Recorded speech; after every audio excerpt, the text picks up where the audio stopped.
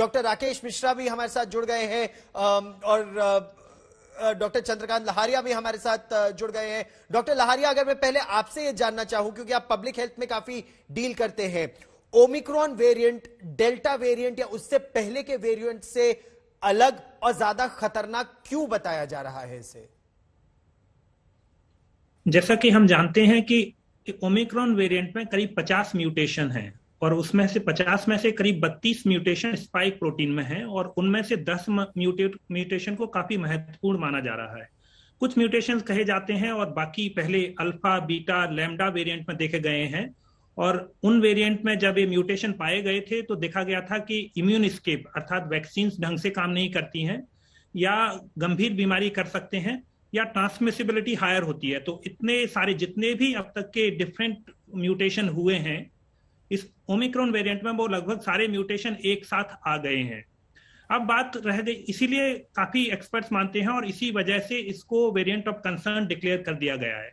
लेकिन जो चीज हम नहीं जानते वो यह है कि वैज्ञानिक रूप से देखा जाता है कि अगर एक म्यूटेशन अकेला होता है तो उसका व्यवहार अलग होगा, लेकिन हम नहीं जानते कि वो सारे म्यूटेशन एक साथ होंगे तो क्या वही आउटकम होगी या कुछ डिफरेंट आउटकम होगी। और इसी चीज को वैज्ञानिक इस पर काम कर रहे हैं।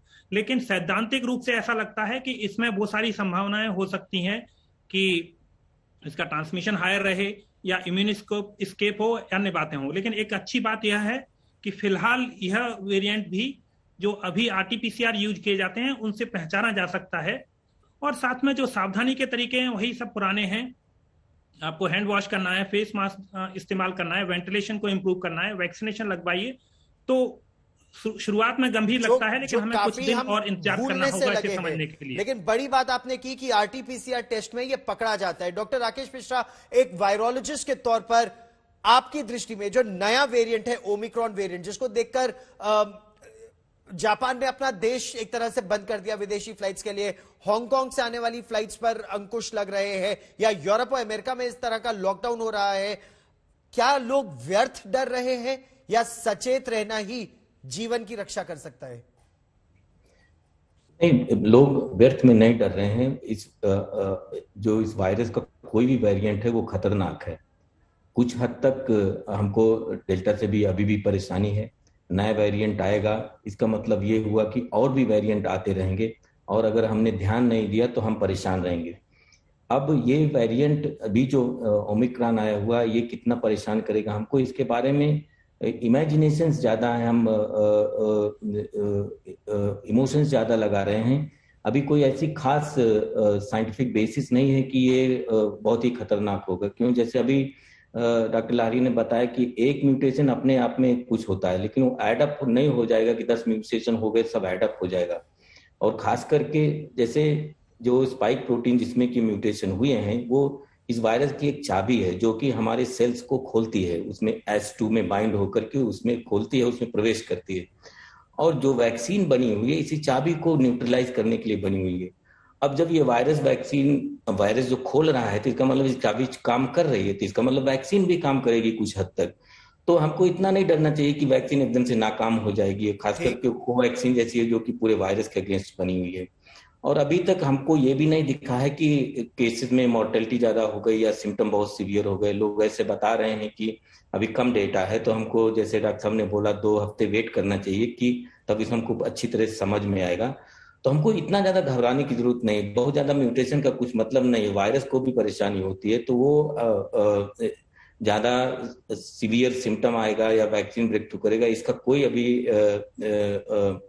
एविडेंस नहीं है। हाँ, फैल ज्यादा सकता है तेजी से और इसीलिए सामने आ रहा है, लेकिन उसका भी नहीं, एक अगर तेजी से फैलेगा तो क्या हमारे देश में वैक्सीनेशन का वो स्तर उस तेजी से बढ़ रहा है? खासतौर पर सेकंड डोज की अगर हम बात करें, डॉक्टर त्रेहन, शुरू में तो सब लोगों ने बहुत जोश में वैक्सीन लगवा ली, लेकिन सेकंड डोज के लिए उतनी तेजी से लोग नहीं जा रहे हैं और इसीलिए हर घर दस्तक की डॉक्टर त्रेहन सरकार बात कर रही है कि अब घरों में जाके वैक्सीन लगाया जाए। और मतलब स्वास्थ्य मंत्री तो यहां तक कर रहे थे कि बोल रहे थे रोको और ठोको, यानी वैक्सीन लगाओ अगर सेकंड डोज नहीं है। तो क्या यही नीति अब अपनाने की आवश्यकता है लोगों को बचाने के लिए, डॉक्टर त्रेहन?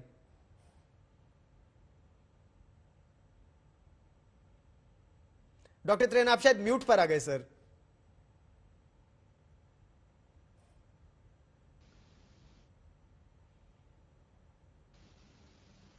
जब पहली वेव आई थी तो बहुत सारे लोगों ने शंका जताई थी कि ये वैक्सीन की जरूरत है कि नहीं है, अच्छी है कि बुरी है, क्या होगा नहीं होगा। जब सेकंड वेव जो बहुत भयंकर थी उस टाइम हम सब लोग हिल गए थे, सब लोग को चिंता हुई अपने लिए, अपनी फैमिली के लिए, तो बहुत सारे लोगों ने सेकंड डोज लगाया। अब जैसे ही वो वेव कम होती गई और उनकी बारी आई सेकंड डोज के लिए, तो वो ये सोच रहे हैं ये तो चला ही गया। ये सच नहीं है। इसीलिए हम बार बार यही कह रहे हैं लोगों को कि ये जो डेंजर है ये एवर प्रेजेंट डेंजर है। अब जो म्यूटेशन आएगी, ऐसा हो कि जिनको 2 डोज लगे हैं वो उसको लड़ सके और उनको इन्फेक्शन ना हो या बहुत कम हो।